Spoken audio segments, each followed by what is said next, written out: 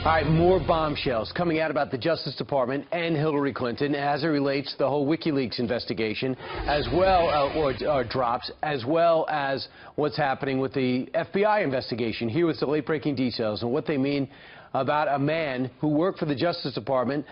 This is a great guy to go to for this is J. Christian Adams, former DOJ employee. Christian, first off, when you hear about these WikiLeaks that reveal that there was some dialogue between Peter Kanzik and John Podesta, what do you think about that? Tipping off about 12 hours before actual testimony would take place.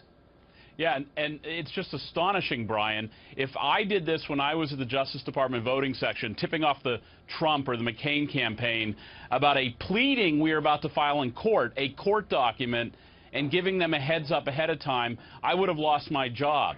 But here's the Assistant Attorney General communicating with Podesta and somebody else communicating with the Clinton campaign itself to tip them off that a court document is about to be filed about the State Department emails and how long it was going to take to get them out in the public. It's extremely important information, and that's totally insider trading to give them that heads up. Here it is.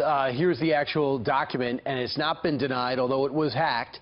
There is a HGC oversight hearing today, Hillary, where the head of our civil division will testify, likely to get questions on State Department emails. So other people have speculated, well, it's only a few hours heads up. What's the big deal? The other side didn't have a heads up on this. Well, that's about the congressional testimony, and that's not as big of a deal as the court document. Remember, Brian, lawyers have an ethical obligation, including Justice Department lawyers, to not disclose confidential information to third parties.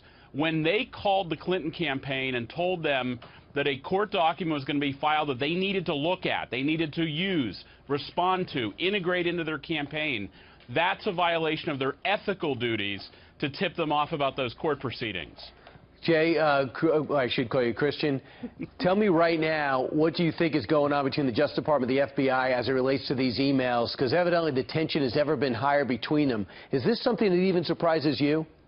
Well, a little bit. You know, what surprises me is the fight in the FBI agents who are really going to the mat to do justice. It's the Justice Department lawyers who have turned the Justice Department into a wing of the Democratic National Committee. Their job, they see it, is to stop prosecutions of politicians they like Hillary Clinton, to get in the way of justice, to stop criminal proceedings. But, Christian, the reason why you're talking to me is because that wasn't okay with you. I understand there's also people in the Justice Department who aren't okay with this.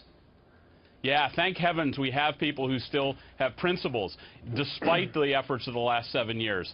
This is a situation, Brian, where lawyers view themselves as political operatives at DOJ from top to bottom. And this is why we can't get justice when it comes to Hillary. J. Christian Adams, thanks so much. Whistleblowers come forward.